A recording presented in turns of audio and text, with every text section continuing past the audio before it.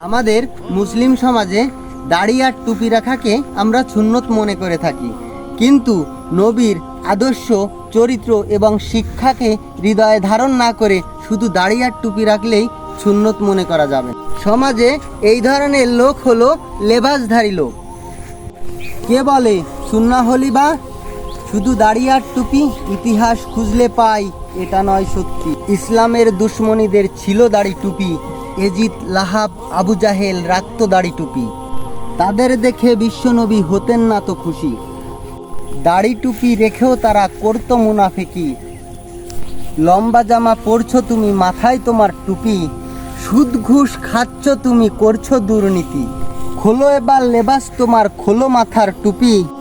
বিশ্বনবীর লেবাস পরে করছো মুনাফিকি। কে বলে উম্মত তুমি আমার প্রিয় নবীর? এজিদ, লাহাব, আবু জাহেল তোমার উত্তরসূরি।